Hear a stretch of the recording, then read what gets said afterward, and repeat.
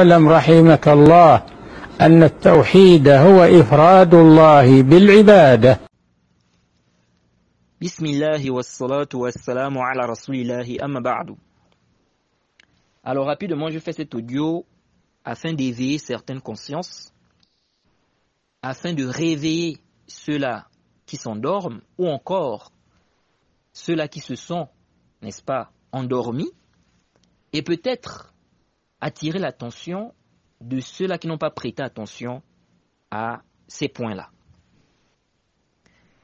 Alors on sait tous, ou du moins ceux-là qui suivent l'actualité, ceux qui suivent ce qui se passe un peu en France, on sait tous, n'est-ce pas, qu'en ce moment, il y a une polémique par rapport à la question des élections, du vote. Alors, on a envoyé un PDF sur la question des élections et du vote. Ça fait déjà quelques jours. Je ne sais pas si ça fait déjà 2 semaines. Mais bref, on a envoyé cela et j'ai fait un écrit suite à ce PDF-là. Et bien évidemment, sans mener des polémiques, principalement auprès, n'est-ce pas, des frères de France, comme c'est l'actualité aussi chez eux là-bas. Donc ça fait des polémiques et beaucoup de hizbiyoun, beaucoup de sectaires même, n'ont pas été d'accord avec ce que j'ai dit et d'autres même sont allés à dénigrer, n'est-ce pas? Bon, parce qu'ils ne sont pas d'accord avec toi sur cette question, bon, on dénigre gratuitement. Mais bref, alors, il faut savoir que la question du vote et des élections, j'ai parlé de ce sujet-là depuis longtemps. Ce n'est pas nouveau. Ce n'est pas en 2024. C'est un sujet que j'ai traité depuis longtemps. Et les savants parlaient de cela depuis longtemps. Vous pensez que c'est en 2024 que le sujet-là est sorti, le sujet des élections, le sujet des votes, même ceux qui parlent du moindre mal là, vous pensez que c'est en 2024 que le problème là est sorti? Ça c'est depuis. Les savants ont déjà, les grands savants ont déjà parlé. Si les gens sont, n'est-ce pas, ils sont en retard, mais c'est pas de notre faute. C'est pas de notre faute. Si des gens n'ont pas propagé les paroles des savants par rapport à cela, ou bien ils font croire que les savants n'ont rien dit sur le sujet, mais c'est pas de notre faute. Ce n'est pas de notre faute. Alors, la question des élections, des votes, j'ai parlé de cela depuis longtemps. Un frère a décidé de transcrire cela parce que c'était en audio. Il a rassemblé cela, et qu'à le récompense, il a mis ça en écrit, en PDF. Parce qu'aussi, l'écrit parfois, c'est plus rapide. Quelqu'un peut avoir des informations plus rapidement en écrit qu'en audio. Parce que ce n'est pas tout le monde. Parce que ce n'est pas tout le monde qui peut écouter des audios d'1 heure et quelques. Vous voyez. Et donc l'écrit, la personne peut avoir, n'est-ce pas, des informations plus rapidement. Parce qu'elle va regarder par exemple, qu'est-ce qu'elle veut lire ou qu'est-ce qu'elle veut directement. C'est plus rapide. L'audio, il se peut que la personne cherche, n'est-ce pas, à écouter quelque chose, mais qui se trouve peut-être dans la suite, à telle ou telle minute.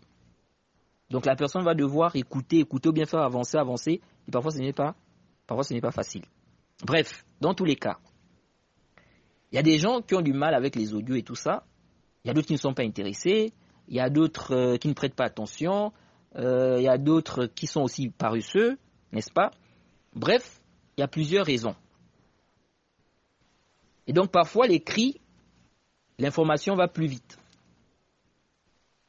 Donc, ce n'est pas quelque chose de nouveau. Il ne faut pas que certains pensent que c'est nouveau. Et ma position sur la question des votes, des élections, ceux qui me suivent depuis longtemps et qui écoutent bien mes cours, qui sont vraiment attentifs, ils savent que ce n'est pas quelque chose de nouveau. Ce n'est pas une position qui est nouvelle. Et voilà, Mohammed, il a pris nouvellement cette position. Non. C'est une position que je soutiens depuis. Alors, un frère me contacte. Bon, le frère, il insiste un peu sur la question des élections et tout ça. Mais bref, je vous épargne les détails. Alors, le frère me fait comprendre que voilà, il a reçu certains, comment dirais-je, certains messages de certains frères qui disaient oui, mais le frère Mohamed Oura, ce n'est qu'un étudiant en sciences. Oui, c'est sa position, voilà, mais ce n'est qu'un étudiant en sciences. Ce n'est qu'un étudiant en sciences. C'est sa position, mais ce n'est qu'un étudiant en sciences. Jade, Taïb. Et le frère me fait comprendre que voilà, mais il ne faut pas imposer aux gens. Alors, j'aimerais déjà rappeler aux frères. Vous savez, je vais être direct et clair, même si il y a certains qui vont, ou peut-être qui voient ça comme un défaut, mais je sais aussi qu'il y a d'autres, n'est-ce pas, qui voient ça comme une qualité. Et tout dépend. Parce que j'ai vu des frères dire que oui, le frère Mohamed, lui, il est direct, il ne caresse pas. Parce qu'on doit vous dire ce que vous êtes censé entendre, ce que vous devez entendre, pas ce que vous voulez entendre. Non, ce n'est pas ça. On n'est pas là pour faire plaisir à quelqu'un. Nous disons ce que nous trouvons juste. Nous avons des savants qui nous ont précédés dans ça. Nous soutenons cela. Tu n'es pas d'accord? Ah, c'est ta position, c'est toi-même. Tu es responsable de ce que tu fais. Alors, la question des élections, mes frères. Vous pensez que c'est en 2024 que cette question a été soulevée? Vous pensez cela, que c'est en 2024 que cette question a été soulevée? Ça, c'est une question qui date. Et des savants ont déjà parlé par rapport à cela. Si les gens sont, n'est-ce pas, en retard, mais nous, qu'est-ce qu'on va faire? Si les gens ne connaissent pas les fatwas des savants, ne lisent pas, mais on va faire quoi? Et ce qui m'étonne vraiment avec certaines personnes, c'est que malgré que tu leur dis, vraiment c'est étonnant, tu leur dis oui, il y a des savants qui ont dit ça, ça, ça. Il y a d'autres qui ont dit ça, ça, ça.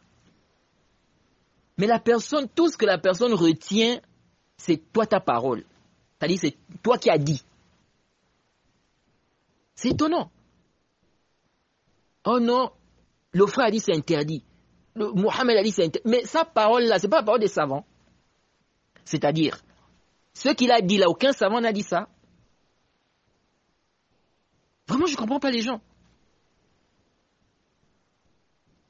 Oh, Mohamed, ce n'est qu'un étudiant. La parole de Mohamed là, la parole de Mohamed Oura, ce n'est pas la parole des savants. Donc, de certains savants. C'est sa parole, c'est-à-dire il est venu avec ça de sa propre tête. Mais vraiment, je ne sais pas. Dans le PDF même, le PDF sur le sujet là, j'ai parlé de quoi là-bas? J'ai parlé de la divergence entre les gens de science sur le sujet là. J'ai parlé de la divergence là. Est-ce que j'ai écrit là-bas, j'ai dit quelque part là-bas? Non, il y a consensus. Tous les savants ont dit c'est haram. C'est interdit.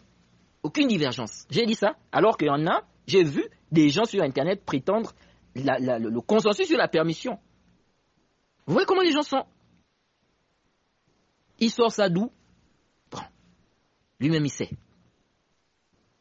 Dans le PDF là, lisez le PDF de, je ne sais pas si c'est 29 pages ou combien de pages. Je parle de la divergence là-bas. Ensuite, j'ai mentionné qu'il y a des savants qui ont interdit.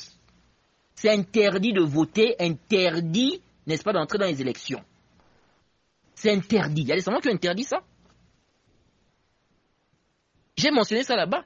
Bon, comment quelqu'un va laisser ça pour venir dire oui, mais c'est la parole d'un étudiant. C'est seulement un étudiant qui a dit. Donc c'est moi qui interdit seulement. C'est moi. Vous voyez?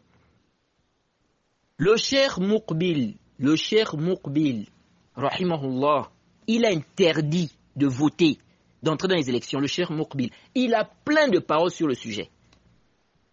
Aujourd'hui, avec Internet, je ne sais pas, peut-être il y a des gens qui ne connaissent pas faire des recherches, je ne sais pas quoi.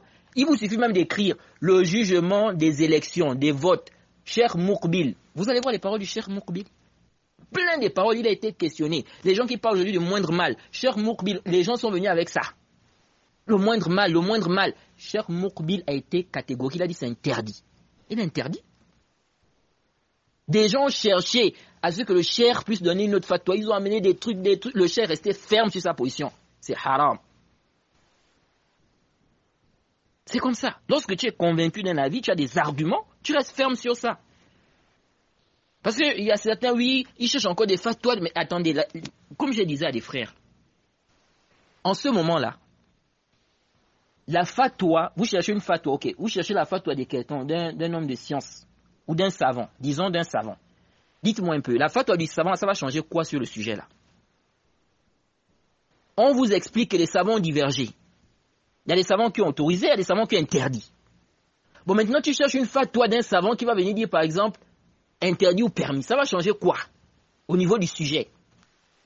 Ça va enlever la divergence là? Non. C'est pourquoi j'ai dit à un frère que ça ne va pas, la fatwa de tel savant ne va pas venir changer ma position. Ça ne va pas changer ma position. Ma position ne peut changer que si on me démontre que les arguments que j'ai avancés ne tiennent pas. Que les arguments qui ont été avancés pour interdire ces choses-là ne tiennent pas. Si on démontre ça avec des preuves claires, c'est convaincant, là je peux changer.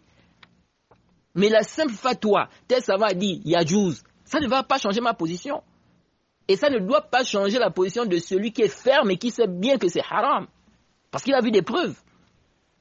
Le simple fait qu'un savant fasse une fatwa, il dit oui, yajouz, ça ne change pas le sujet. Ça va effacer la divergence là, qui existe depuis.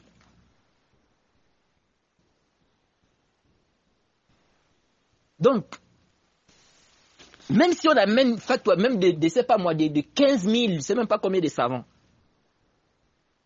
du moment où ce sujet, c'est un sujet à divergence, et je suis convaincu que c'est haram, j'ai des arguments, mais ce n'est pas la fatwa d'un savant ou de deux, je ne sais pas combien de savants, parce qu'ils ont dit yajouz. Le simple fait qu'ils disent yajouz, je vais changer ma position.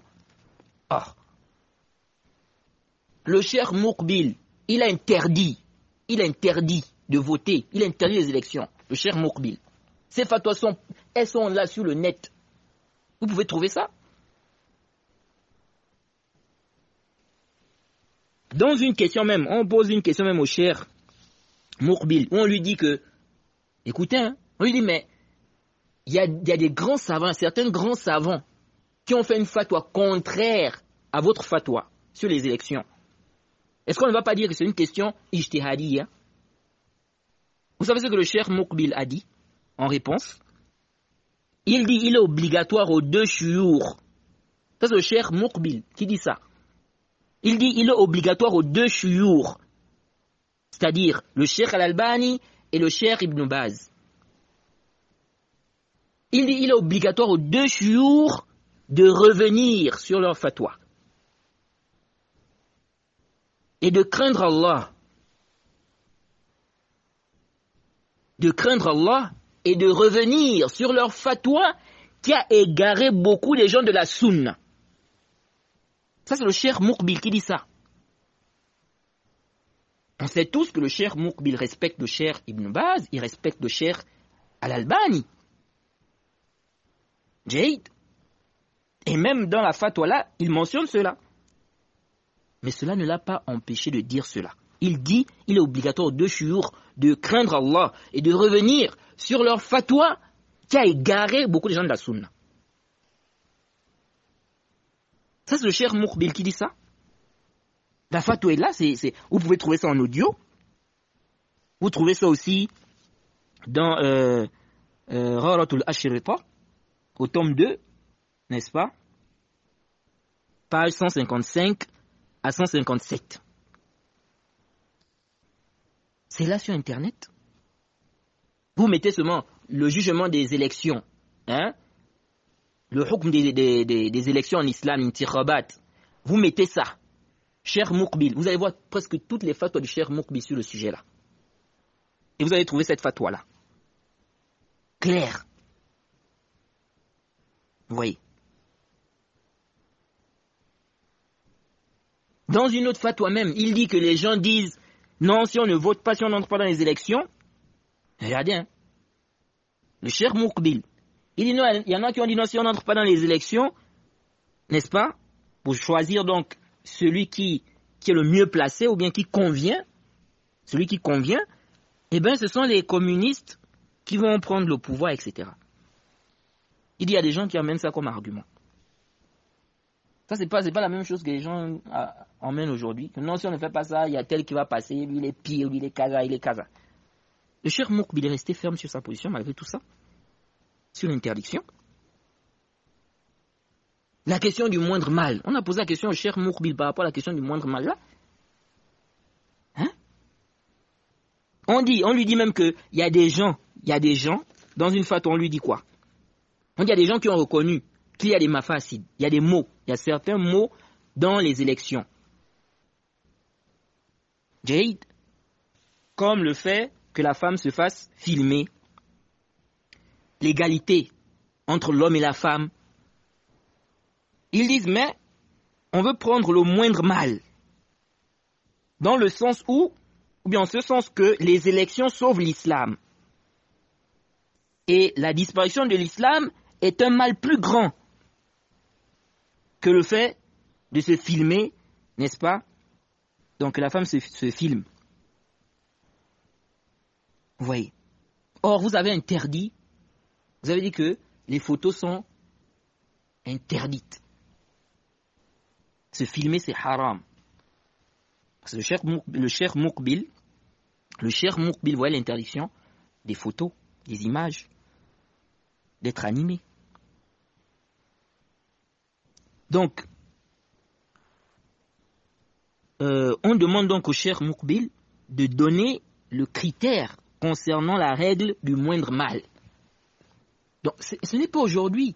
Cette question de moindre mal, de ceci, vous pensez que c'est aujourd'hui? Moi, je ne sais pas. Mais les gens, je ne sais même pas quoi. Les gens font quoi? Je ne sais pas. Qu'est-ce que les gens font en longueur de journée? Je ne sais pas. Apprenons la religion, les frères. Ces sujets-là, les savants parlaient de ça depuis. C'est depuis longtemps. Des kibars, des grands savants ont été questionnés, ils ont répondu. Donc c'est aujourd'hui là que les élections ont commencé, en 2024. Ça c'est un sujet qui date. Le Cheikh Moukbil est resté catégorique sur sa position, il est resté ferme.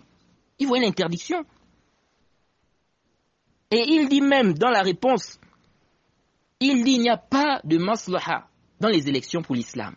Il dit il n'y a pas d'intérêt. Et il dit que le moyen doit être légiféré. Mais si le moyen est haram, non. Il explique que les élections là-bas c'est haram. Le Cheikh Moukbil il a plein de fatwas sur la question des élections. Il suffit seulement d'écrire ça. Vous allez les étudier en sciences. Moi je ne sais pas.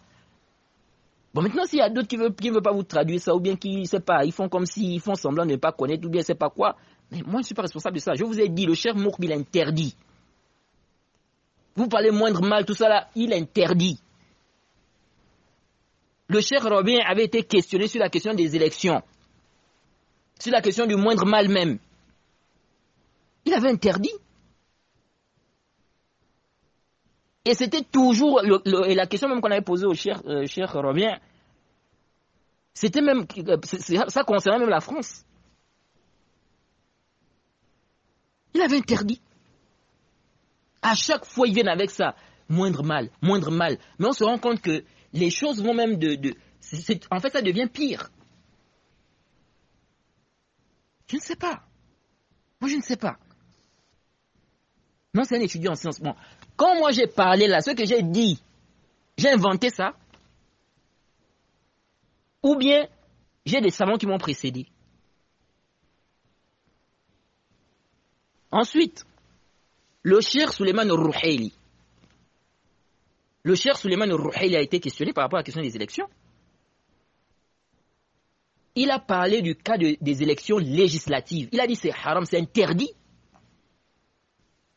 Combien d'étudiants ont traduit ça? Combien d'étudiants, surtout en France, ont traduit ça? Il a dit c'est haram. Les élections législatives, il a dit c'est haram. Il a dit mutlaqan, de manière absolue. Il dit il n'y a pas de moindre mal. Donc il n'y a pas d'histoire de moindre mal là. Il a dit c'est haram mutlaqan. Le Cheikh Suleiman Safatou est là. Parce qu'il voit que la personne est en train de donner le haqq al-tashri', la personne est en train de donner le droit de légiférer au candidat. Vous voyez? Donc il dit ça c'est interdit.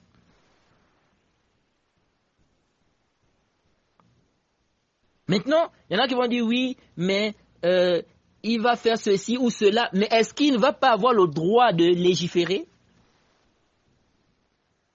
Celui que tu vas voter là, il ne va pas avoir le droit de légiférer, ce qui est contraire à l'islam. Parce que c'est ça, certains vont regarder un aspect, mais ce point-là, c'est comme s'ils vont mettre ça de côté. Non, on n'est pas là pour suivre la passion, les frères. Il a le droit, lui, de légiférer des lois qui contredisent l'islam.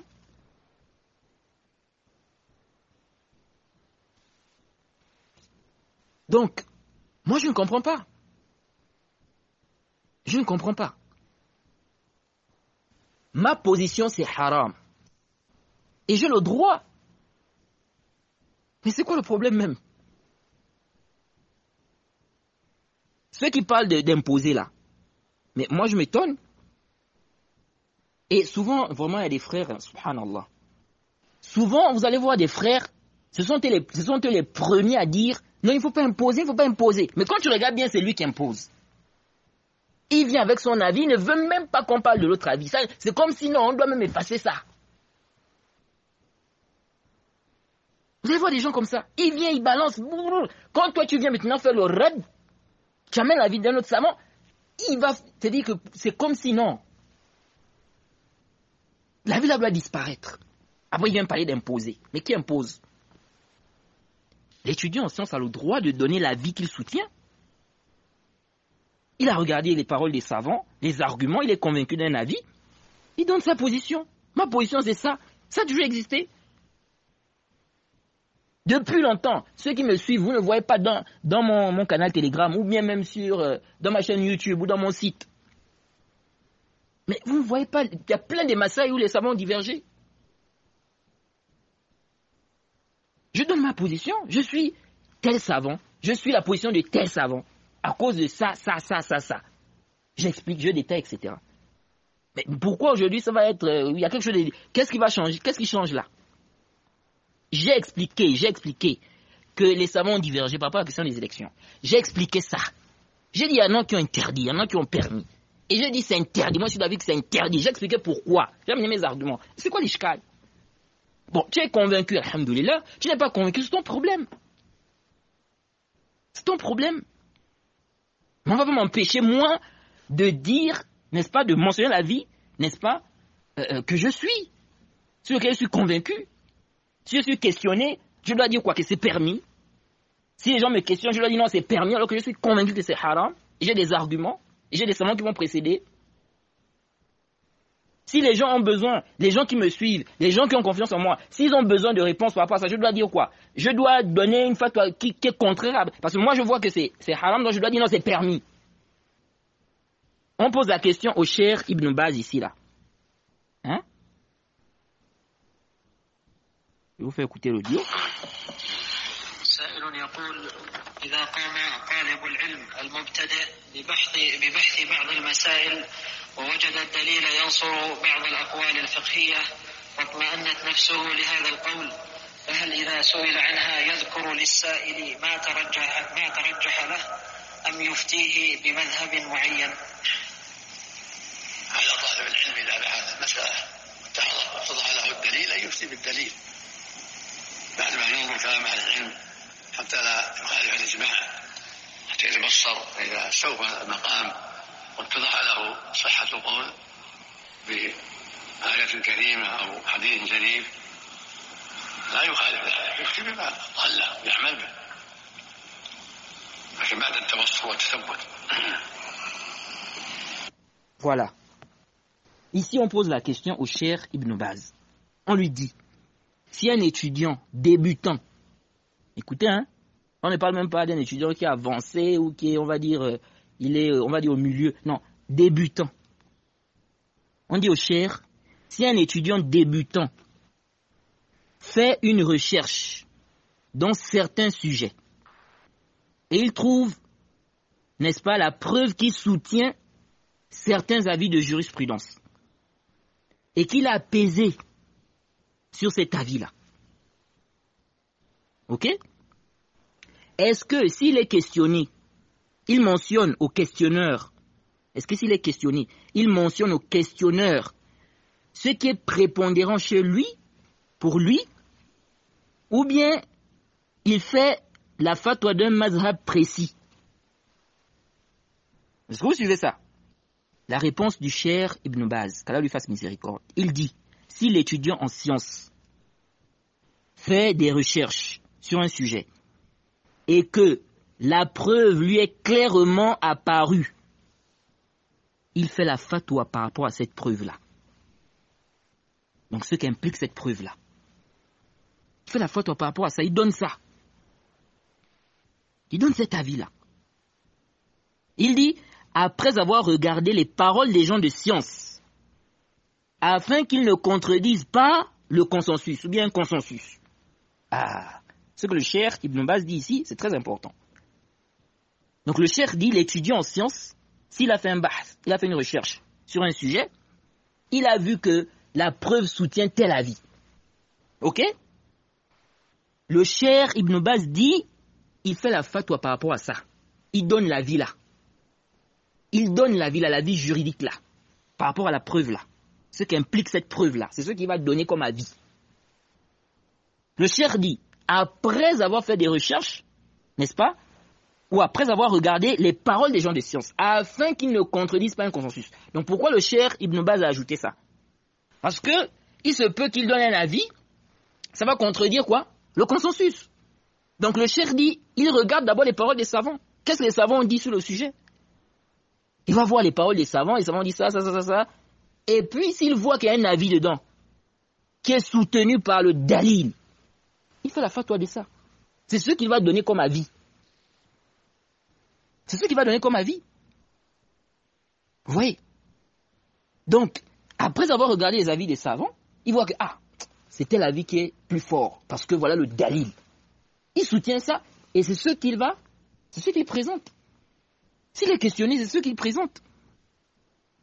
Oui. S'il doit parler du sujet là, il présente ça. Oui.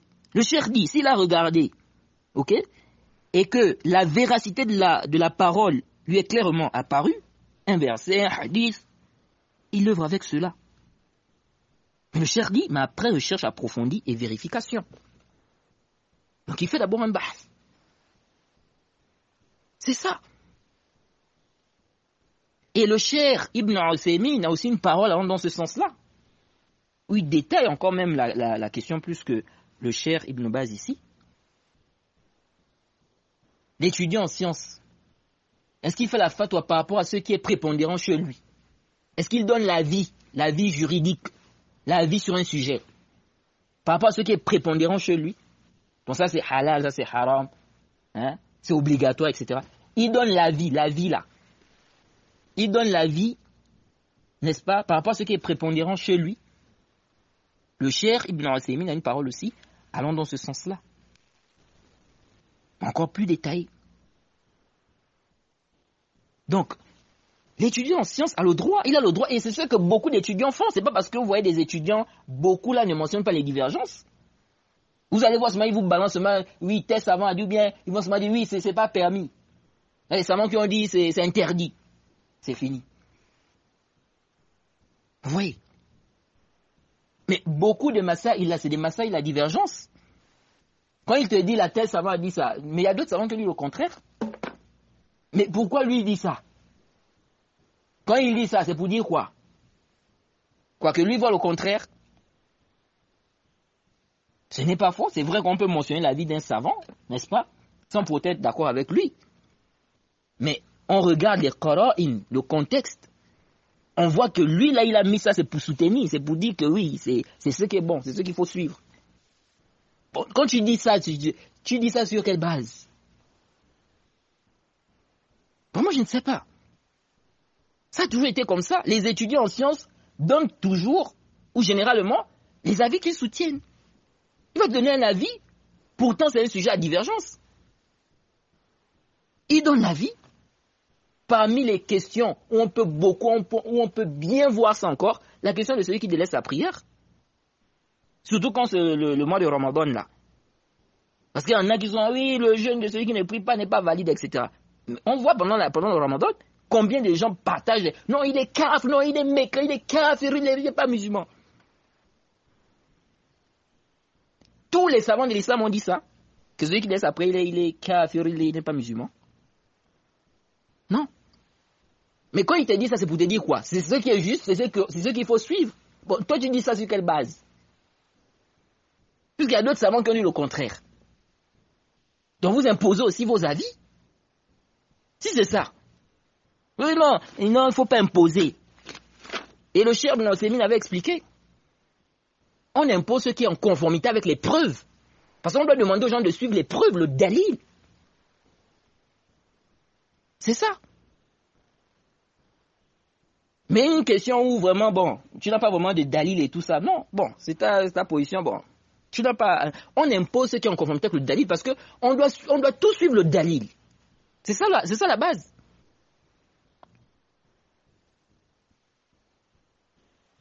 Donc c'est comme ça. Maintenant, si quelqu'un n'est pas convaincu, bon, c'est son problème. C'est son problème. Mais vous n'allez pas, moi m'empêcher de mentionner la vie sur laquelle je suis convaincu.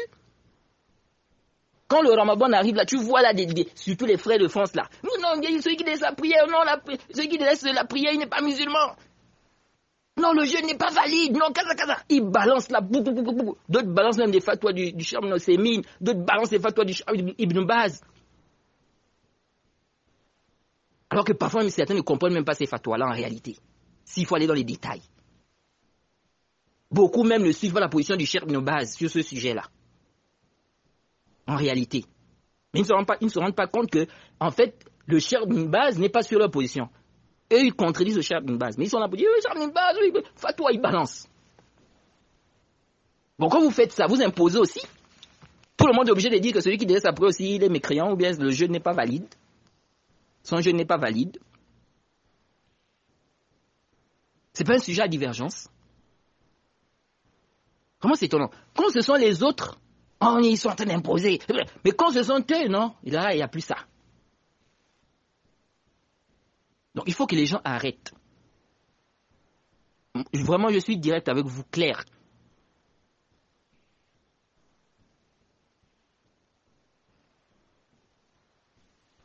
Et j'ai toujours dit ça aux frères.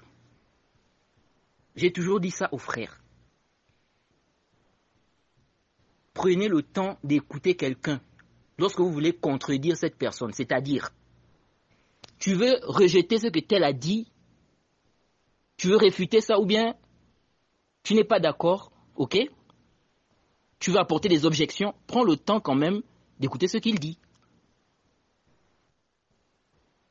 Parce que sinon, tu vas lui faire dire ce qu'il n'a pas dit, ou bien tu vas dire des choses vraiment qui n'ont même pas, ça n'a même pas de sens.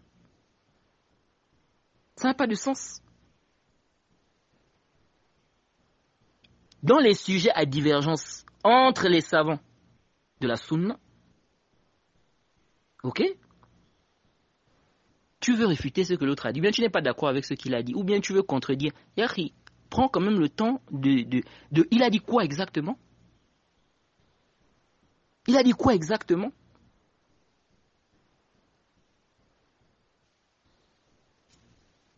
Donc, ça c'est un point que j'ai voulu rappeler. les élections, la question des élections, je suis sur ma position, je suis ferme sur ça, c'est haram. Le musulman ne vote pas. C'est haram. C'est ma position, je suis convaincu de cela. Et j'ai des savants qui m'ont précédé dans ça. Celui qui n'est pas convaincu, c'est son problème. On ne va pas m'imposer que non, je dois dire aux gens que machin, non. Je dis aux gens ce que je soutiens. C'est interdit. Ne votez pas. Point final. Et ce n'est pas la fatwa de tel ou tel qui va me faire changer d'avis. Parce que c'est un sujet qui est là depuis. Ce n'est pas aujourd'hui. Vous pensez que c'est en 2024 que la question des élections est arrivée? C'est depuis longtemps. Donc, cette question est là depuis. Les savants ont déjà parlé de ça. Si les gens sont en retard, les gens sont, c'est pas ce qu'ils font. Moi, je ne suis pas responsable de ça. Je ne suis pas responsable de ça. Tu es convaincu que c'est halal, qu'il faut aller voter, c'est ton problème. Moi, je suis convaincu que c'est haram. Je suis convaincu que c'est haram, c'est interdit. Et j'ai le droit de dire ça. C'est interdit. J'ai ramené les arguments, j'ai expliqué pourquoi.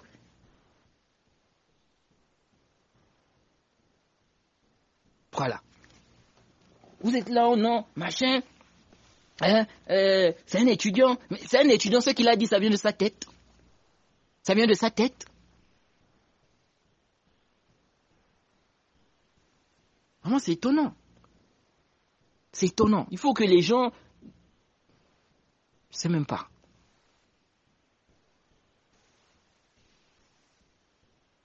Donc, voilà ce que je voulais rappeler par rapport à ce sujet-là. La question, pour moi, elle est claire. Et les gens ne doivent pas se faire tromper. Et cette histoire-là, ce que les gens amènent moindre mal à ça, existait depuis. Depuis.